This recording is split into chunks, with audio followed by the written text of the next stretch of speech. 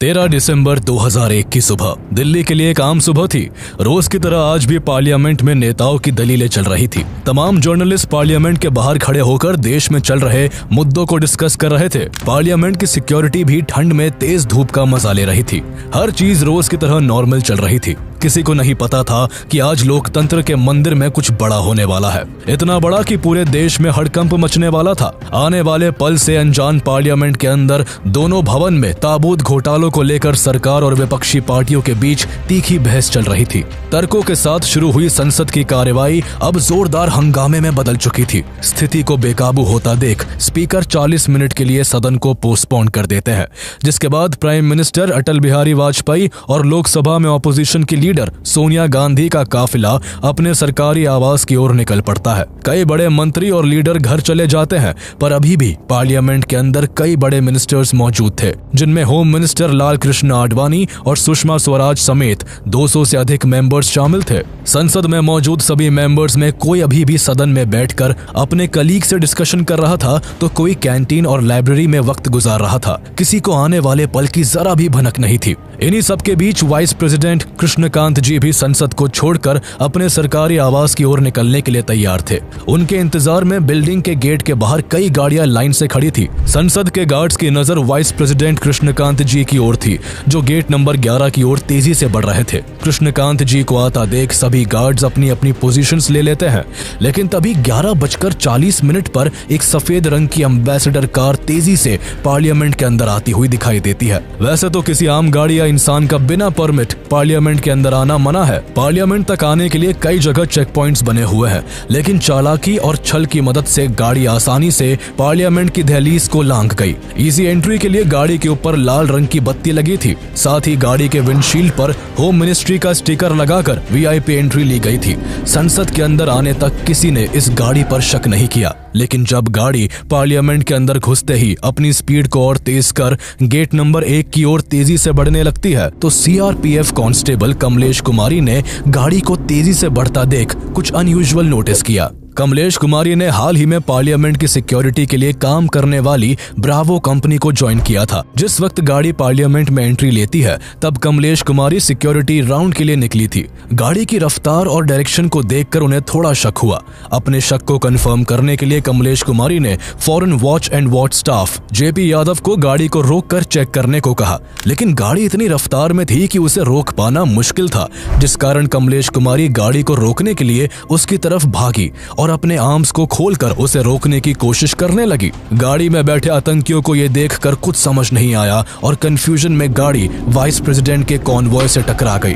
इस वक्त तक वाइस प्रेसिडेंट कृष्णकांत जी बाहर आते आते किसी काम की वजह से वापस पार्लियामेंट के अंदर चले गए थे। वाइस प्रेसिडेंट के कॉन्वॉय से टकराने के बाद गाड़ी पार्लियामेंट के ही एक गार्डन में जाकर रुक गई, जहाँ एक गार्डनर मौजूद था। खुद को बचाने के लिए वो वही पास में ही छुप गया, लेकिन गाड़ी में मौजूद आतंकियों ने उसे देख लिया था, जिस कारण वो जैसे ही गाड़ी से बाहर निकले, उन्होंने सबसे पहले कमलेश कुमारी और फिर गार्डनर देशराज को अपना निशाना बनाया। सभी टेररिस्ट के पास AK-47 राइफल्स, ग्रेनेड लॉन्चर्स और हैंडगन मौजूद थी। इनकी तैयारी से अनजान जेपी यादव भी उन्हें रोकने के लिए उनकी ओर बढ़े, लेकिन जेपी यादव भी खुद को बचाने में असमर्थ रहे और अपनी जान गंवा दी। हालांकि अपने साहस का परिचय देते हुए इन्होंने अपनी आखिरी सांस लेने से पहले पार्लियामेंट के इमरजेंसी अलार्म को बजाकर सभी को चेतावनी दे दी थी, जिस कारण पार्लियामेंट में मौजूद सभी सिक्योरिटी पर्सनल्स हरकत में आ गए। प्लान में शामिल हर आतंकी के पास एक बैकपैक मौजूद था, जिसमें ग्रेनेड्स के साथ कई तरह के हथियार मौजूद थे। अटैक करने के बाद आतंकियों का पहला टारगेट पार्लियामेंट की लॉबी में एंट्री कर सभी सांसदों को हॉस्टेज बनाने का था, जिसके लिए उन्होंने लगातार हवाई फायरिंग करनी शुरू कर दी। पूरा पार्लियामेंट गोलियों की तड़तड़ाहट से सहम उठा। संसद में मौजूद मेंबर्स को बाहर की आवाज तो सुनाई दे रही थी, पर कोई इन्फॉर्मेशन न होने के कारण उन्हें बाहर का हंगामा हमेशा की तरह विपक्षी पार्टी का प्रोटेस्ट लगा। लेकिन वो वक्त दूर नहीं था जब सभी मेंबर्स के बाहर की सिचुएशन को जानने के बाद होश उड़ने वाले थे। ये वही वक्त था जब संसद में मौजूद parliamentary affair minister Pramod Mahajan के फोन की घंटी बजती है। फोन को उठाते ही प्रमोद महाजन के होश उड़ जाते हैं। 2 मिनट के लिए तो उन्हें विश्वास ही नहीं होता कि पार्लियामेंट पर अटैक हुआ है, वो भी टेररिस्ट अटैक। इन्फॉर्मेशन मिलते ही प्रमोद महाजन सभी सभी मेंबर्स को अटैक की खबर देते हैं, जिसके बाद संसद में हंगामा मच जाता है। हर कोई डर से सहमा हुआ होता है। पार्लियामेंट की सिक्योरिटी में लगी पार्लियामेंट सिक्योरिटी सर्विसेज अपना पहला कदम उठाते हुए बिल्डिंग की सभी खिड़कियों और दरवाजों को बंद कर देते हैं। कमलेश कुमारी और जेपी यादव को मारकर सभी टेररिस्ट 2 और 3 के ग्रुप में बंटकर तेजी के साथ गेट नंबर 5 की ओर बढ़ते हैं, जहां से प्राइम मिनिस्टर का आना जाना होता था। इस गेट के एक्सेस के साथ आतंकी सीधे पार्लियामेंट के अंदर आ सकते थे, लेकिन यहाँ मौजूद सिक्योरिटी को जेपी यादव के कारण पहले ही इंफॉर्मेशन मिल चुकी थी और उन्होंने यहाँ के दरवाजे को बंद कर दिया था, जिस कारण आतंकी बौखला गए और लगातार फायरिंग करते हुए दूसरे गेट की ओर बढ़ने लगे। लेकिन यहाँ इन आतंकियों पर पहले से ही घात लगाए बैठे सीआरपीएफ कांस्टेबल संतोष कुमार ने एक एक करके सभी को छलनी कर दिया। कांस्टेबल कुमार ने पहले 2 आतंकियों पर निशाना साधा और फिर तीसरे को टारगेट किया, लेकिन अपने बचाव में तीसरे आतंकी ने लगातार कांस्टेबल कुमार पर अपनी AK-47 से वार करने की कोशिश की, पर एग्जैक्ट लोकेशन पता न होने के कारण इसका कोई फायदा नहीं हुआ, जिसके बाद कांस्टेबल कुमार की तीसरी गोली से आखिरी आतंकी भी मारा जाता है। इस वक्त तक 3 आतंकी खत्म किए जा चुके थे, पर अभी भी 2 टेररिस्ट जिंदा थे और दोनों लगातार फायरिंग करते हुए अलग अलग गेट्स की ओर बढ़ रहे थे। लेकिन जब दोनों ने देखा कि पार्लियामेंट के सभी दरवाजे बंद हो चुके हैं, तो इनमें से एक ने दूरदर्शन केबल की मदद से पार्लियामेंट के फर्स्ट फ्लोर पर क्लाइम करने की कोशिश की, लेकिन इस कोशिश को जवानों ने गोली मारकर नाकाम कर दिया। पर गोली लगने के बाद भी यह आतंकी हार नहीं माना और वापस से उठकर पुलिस वालों की तरफ ग्रेनेड फेंककर गेट नंबर 5 की ओर जाने लगा, पर पुलिस की लगातार फायरिंग के कारण गेट नंबर 5 पर पहुंचने से पहले ही इसकी मौत हो गई। लेकिन अभी भी संसद पर वार करने वाला आखिरी आतंकवादी बचा हुआ था। इसे अंदाजा था कि इसका यहाँ से सही सलामत निकलना नामुमकिन है। पार्लियामेंट के अंदर जाने के भी सभी रास्ते बंद थे, जिस कारण गुस्से में इसने पार्लियामेंट के मेन एंट्रेंस गेट नंबर 1 की ओर रुख किया और वहाँ ज्यादा से ज्यादा डैमेज करने के लिए खुद को बम से उड़ा लिया। चारों ओर धुआं और इंसान की जलने की गंध फैल गई थी। हर कोई डरा हुआ था। मीडिया हर खबर को लगातार टेलीकास्ट कर रही थी। मीडिया के भी कई लोगों को चोटें आई थी। 5वें आतंकी के मरने के बाद भी पुलिस और पार्लियामेंट सिक्योरिटी सर्विस की यूनिट अपनी अपनी पोजीशन से हिली नहीं। किसी को नहीं पता था कि असल में कितने आतंकवादियों ने हमला किया था। लेकिन जब लंबे वक्त तक सामने से कोई फायरिंग नहीं हुई तो पुलिस बाहर आई, जिसके बाद एम्बुलेंस की एक एक करके कई गाड़ियों ने पूरे पार्लियामेंट के आगे भीड़ लगा दी।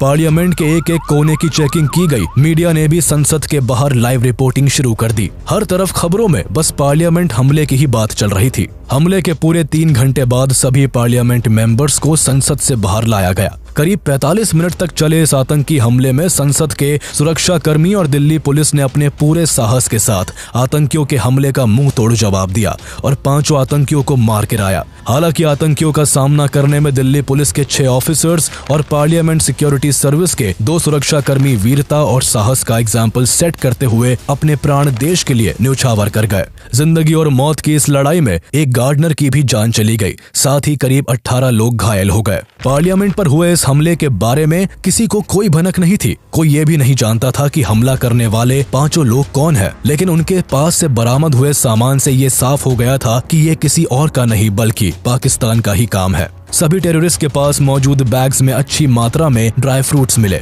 जो इन्होंने सांसदों को हॉस्टेज बनाने के बाद के लिए रखे थे। इनका मकसद पार्लियामेंट के अंदर बैठकर हॉस्टेजेस के जरिए भारत सरकार से अपनी डिमांड को मनवाने का था। इन्वेस्टिगेशन में इनके द्वारा लाई गई एम्बेसडर कार में करीब 30 किलो एक्सप्लोजिव मिला, जिससे ये साफ हो गया था कि ये गाड़ी को पार्लियामेंट के अंदर लेकर जाने वाले थे और वहाँ इन एक्सप्लोजिव्स का इस्तेमाल करते। आतंकवादियों ने इस अटैक को भले ही 13 दिसंबर 2001 को अंजाम दिया था, लेकिन इस अटैक की प्लानिंग काफी समय पहले से चल रही थी। दरअसल 24 दिसंबर 1999 को इंडियन एयरलाइंस फ्लाइट 814 को आतंकवादियों ने हाईजैक कर लिया था, जिसके बाद प्लेन को दिल्ली की जगह अफगानिस्तान ले जाया गया। यहाँ आतंकियों ने भारत सरकार से नेगोशिएशन किया और आखिरी में हॉस्टेज को छुड़ाने के लिए भारत सरकार को 3 टेररिस्ट को रिलीज करना पड़ा। रिलीज किए गए 3 टेररिस्ट में एक मौलाना मसूद अजहर भी था। भारत की जेल से रिहा होने के बाद मसूद अजहर 2000 में जिहादिस्ट टेररिस्ट ग्रुप जैश ए मोहम्मद को बनाता है और भारत पर अटैक करने करने की प्लानिंग शुरू कर देता है। उसे कैसे भी करके भारत सरकार से बदला लेना था और इस बदले की आग में अजहर ने लोकतंत्र के मंदिर पार्लियामेंट पर अटैक करने का प्लान बनाया। हालांकि प्लान को बनाने के लिए सबसे पहले अजहर को कुछ लड़कों की जरूरत थी जो उसके नापाक इरादों को पूरा करने के काम आने वाले थे। अजहर कश्मीर के कुछ ऐसे लोगों की तलाश में था जो उसके इस मंसूबे को पूरा कर सके। अजहर ने इस मिलिटेंट ग्रुप को तैयार करने के लिए इंडियन एयरलाइंस फ्लाइट 814 के हाईजैकर्स में से एक मोहम्मद अलियास सनी अहमद काजी की मदद ली। अहमद काजी के साथ मिलकर 5 लड़कों का एक ग्रुप तैयार किया गया। इस ग्रुप में सभी वो लोग थे जो अजहर के मकसद को पूरा करने के लिए अपनी जान भी दे सकते थे। ग्रुप बनाने के बाद अजहर ने पार्लियामेंट अटैक को खुद प्लान किया। भारतीय जेल में वक्त बिताने के कारण अजहर को भारत की अच्छी जानकारी हो गई थी। जम्मू के कोट भलवाल जेल में सजा काटते समय अजहर ने भारत से जुड़ी काफी इंफॉर्मेशन इकट्ठा कर ली थी। अजहर जानता था कि पूरी दिल्ली और इवन पार्लियामेंट के आसपास की सिक्योरिटी भी काफी अच्छी नहीं है। पार्लियामेंट की ओर जाती सड़कों पर गाड़ियों की प्रॉपर छानबीन के लिए ना कोई टाइट सिक्योरिटी है और ना ही कोई बैरिकेड्स लगे हुए हैं।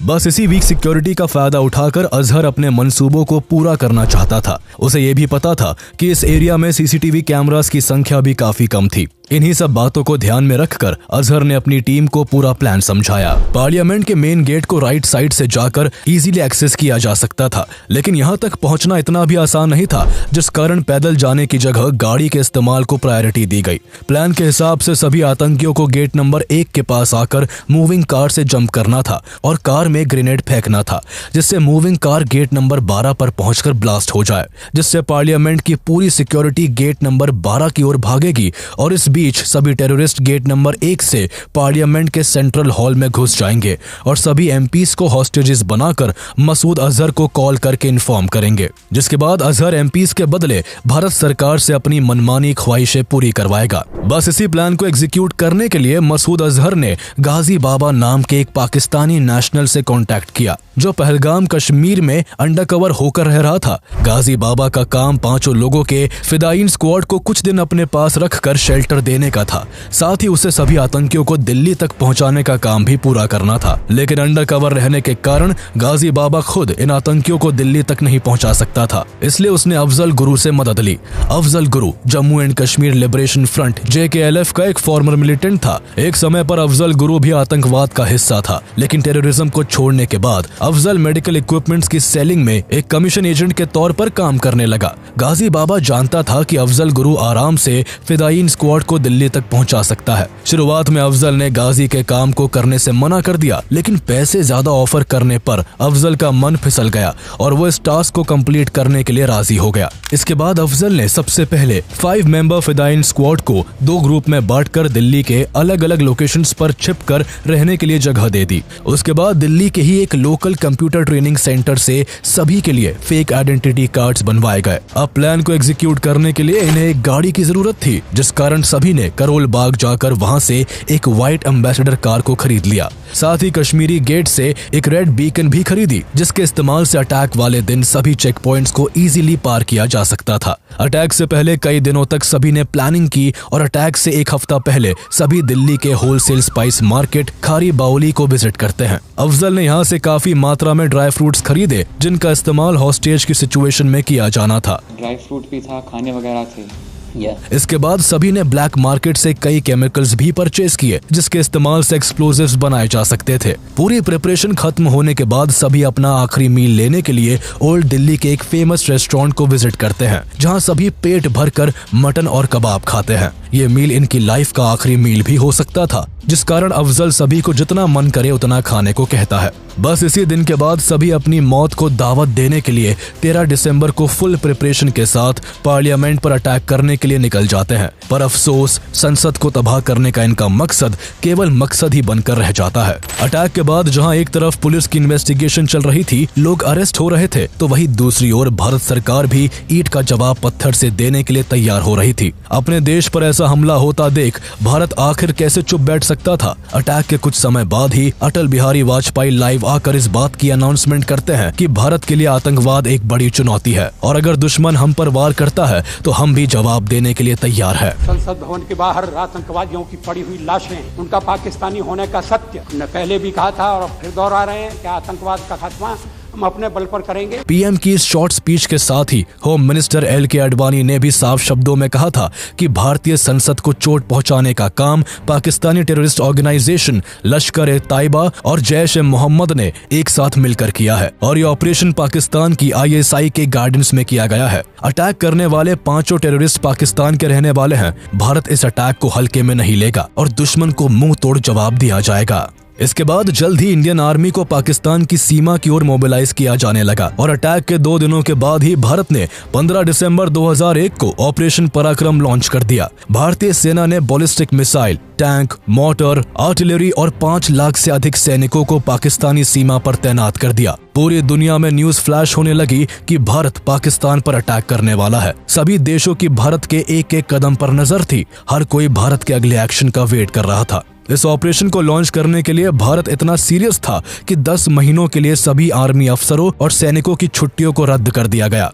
भारत तैयार था। हालात नाजुक बने हुए थे। किसी भी वक्त भारतीय सेना LOC क्रॉस कर पाकिस्तान पर हमला कर सकती थी, लेकिन तभी कुछ ऐसा होता है जिसने पूरे ऑपरेशन की दिशा ही बदल जाती है। दरअसल इस बीच पाकिस्तानी प्रेसिडेंट जनरल परवेज मुशर्रफ का एक बयान सामने आता है जिसमें कहा जाता है कि पाकिस्तान अपनी ओर से आतंकी गतिविधियों को बढ़ावा नहीं देगा। परवेज मुशर्रफ के स्टेटमेंट के साथ ही पाकिस्तान में 6 टेररिस्ट ऑर्गेनाइजेशंस को बैन कर दिया जाता है। दरअसल परवेज मुशर्रफ ने इस तरह का बयान सिर्फ इसलिए दिया था जिससे इंटरनेशनली भारत पर प्रेशर पड़े और वो वॉर को रोक दे। मुशर्रफ के बयान से ऐसा लगा जैसे वो भारत से वॉर नहीं बल्कि दोस्ती चाहता है, लेकिन आने वाले सालों में ये बात भी गलत साबित हुई। मुशर्रफ के स्टेटमेंट के बाद भारत पर वॉर को रोकने का प्रेशर बना हुआ था, जिस कारण वॉर की पूरी तैयारी होने के बाद भी पाकिस्तान की सोची समझी चाल के कारण भारत को वॉर रोकना पड़ा। जिसके बाद अटल बिहारी वाजपेयी ने एक स्टेटमेंट रिलीज करते हुए वॉर पर क्लैरिटी देते हुए कहा कि भारत पाकिस्तान पर कोई अटैक नहीं करेगा। पीएम के स्टेटमेंट के साथ ही सेना को अपना कदम रोकना पड़ा और फाइनली अक्टूबर 2002 में भारत की ओर से ऑपरेशन पराक्रम की समाप्ति की घोषणा की गई। इस ऑपरेशन के जरिए पाकिस्तान को इतना तो समझ में आ गया कि भारत आतंकवाद को ना शरण देता है और ना सहता है, फिर चाहे उसके लिए जंग ही क्यों ना करनी पड़े। भारत ने पाकिस्तान पर अटैक तो नहीं किया, लेकिन भारत के लिए पार्लियामेंट अटैक में जिम्मेवार हर एक मुजरिम को सजा देना जरूरी था। भारत के पार्लियामेंट पर अटैक की खबर पूरी दुनिया में आग की तरह फैल चुकी थी। हमला बड़ा था, इसलिए इन्वेस्टिगेशन भी बड़े लेवल पर शुरू की गई। दिल्ली पुलिस इस घटना की डिटेल इन्वेस्टिगेशन शुरू करती है। सबसे पहले पार्लियामेंट के हर एक एरिया को एग्जामिन किया जाता है। उसके बाद अटैक के लिए इस्तेमाल की गई कार के बारे में पता लगाया जाता है। कार के साथ प्रूफ के तौर पर पुलिस के पास आतंकियों के फोन भी मौजूद होते हैं, जिनमें पड़े सिम पुलिस के लिए बेहद मददगार साबित होते हैं। सिम और गाड़ी की बदौलत जल्द ही जैश-ए-मोहम्मद के 4 आतंकवादियों को पोटा कानून के तहत गिरफ्तार कर लिया जाता है। इन 4 लोगों में अफजल गुरु, उसका चचेरा भाई शौकत हुसैन गुरु, शौकत की पत्नी अफजान गुरु और DU के प्रोफेसर SAR गिलानी शामिल होते हैं। SAR गिलानी मूल रूप से कश्मीर के बारामुल्ला जिले के रहने वाले थे और उस वक्त दिल्ली यूनिवर्सिटी में अरबी भाषा के प्रोफेसर के तौर पर पढ़ाया करते थे। गिरफ्तारी के बाद आगे की जांच में ये साफ हो चुका था कि सभी आतंकी पाकिस्तान से थे। अटैक में पाकिस्तान की ISI का भी इन्वॉल्वमेंट था। भारत की जनता अटैक में शामिल लोगों के लिए फांसी की सजा की मांग कर रही थी, लेकिन पुलिस की कार्रवाई और कोर्ट के फैसले से पहले कुछ भी नहीं कहा जा सकता था। गिरफ्तारी के बाद पुलिस सभी आतंकियों को रिमांड पर ले लेती है। सभी पर मुकदमा चलाया जाता है, लेकिन सबूत के अभाव में एक लंबे ट्रायल के बाद शौकत की पत्नी अफजान को रिहा कर दिया जाता है। वही बाकी तीनों को दिल्ली के पोटा कोर्ट में फांसी की सजा सुनाई जाती है। वही 2003 में इस हमले के मास्टरमाइंड और जैश-ए-मोहम्मद के कमांडर इन चीफ गाजी बाबा को BSF ने श्रीनगर के नूर बाग इलाके में मार गिराया। पोटा कोर्ट से फांसी की सजा मिलते ही तीनों लोग दिल्ली हाई कोर्ट में चैलेंज करते हैं। गिलानी का केस उस समय सबसे फेमस और महंगे एडवोकेट राम जेठमलानी लड़ते हैं। इसका केस लड़ने के पीछे इस केस की पॉपुलैरिटी थी। अटैक के बाद गिलानी दिल्ली में काफी पॉपुलर हो चुका था। कई लोग गिलानी को सपोर्ट कर रहे थे, जिसके बाद 2003 में सबूतों के अभाव में गिलानी को भी छोड़ दिया जाता है। हालांकि शौकत और अफजल की फांसी अभी भी बरकरार थी, लेकिन बाद में सुप्रीम कोर्ट शौकत की फांसी की सजा को 10 साल की कठोर सजा में बदल देता है। वही अफजल गुरु को इस घटना का मुख्य आरोपी मानते हुए 20 अक्टूबर 2006 को फांसी की सजा देना तय किया गया। सुप्रीम कोर्ट के आदेश के बाद 20 अक्टूबर 2006 को अफजल गुरु को फांसी दी जानी थी। फांसी की तैयारी तैयारियां पूरी की जा चुकी थी, पर फांसी से 7 दिन पहले इस घटना में एक रोचक मोड़ आता है। अफजल की फैमिली दिल्ली आकर प्रेसिडेंट APJ अब्दुल कलाम से मिलती है। इस मुलाकात से काफी चिंगारियां उठती है। मीडिया हर एक छोटी चीज को कवर करती है। शहीदों के परिवार इस मुलाकात से सख्त नाराज थे, जिस कारण स्थिति हाथ से निकल रही थी। लोग इस कदर भड़क उठे थे कि हमले में शहीद हुई कमलेश देवी के परिवार वाले अशोक चक्र लौटाए जाने की बात भी सामने रखते हैं। अफजल के परिवार वाले प्रेसिडेंट से मर्सी पिटीशन की गुहार लगाते हैं। इन सभी चीजों के चलते कलाम कोई कदम नहीं उठाते और अफजल के परिवार वालों की मुलाकात खराब जाती है। इसके बाद कई सालों तक अफजल की फांसी को लेकर मामला लटका रहता है, लेकिन 2013 में फांसी से केवल कुछ दिन पहले 3 फरवरी को प्रेसिडेंट प्रणब मुखर्जी अफजल की मर्सी पिटीशन को रिजेक्ट कर देते हैं, जिसके बाद फाइनली 9 फरवरी 2013 को सुबह 8 बजे अफजल गुरु को फांसी दे दी जाती है। अफजल की मौत के साथ ही पार्लियामेंट अटैक के सभी दोषियों को सजा दी जा चुकी थी। हालांकि इतनी सुरक्षा होने के बाद भी 5 आतंकवादियों का पार्लियामेंट पर अटैक करना एक बड़ा इंटेलिजेंस फेलियर था। इस हमले के बाद भारत को अपनी सुरक्षा को पुख्ता करने के लिए मजबूर होना पड़ा। पार्लियामेंट की सुरक्षा को और सख्त किया गया। अब पार्लियामेंट में अंदर जाने के लिए हर व्यक्ति को पहले से अधिक जांच से गुजरना पड़ता है। इस हमले के लिए दिल्ली के अंदर ही बैठकर कई लोग महीनों से प्लानिंग कर रहे थे, लेकिन इंडियन इंटेलिजेंस एजेंसी इस हमले को भांप नहीं सकी। ये बेहद अफसोसजनक था।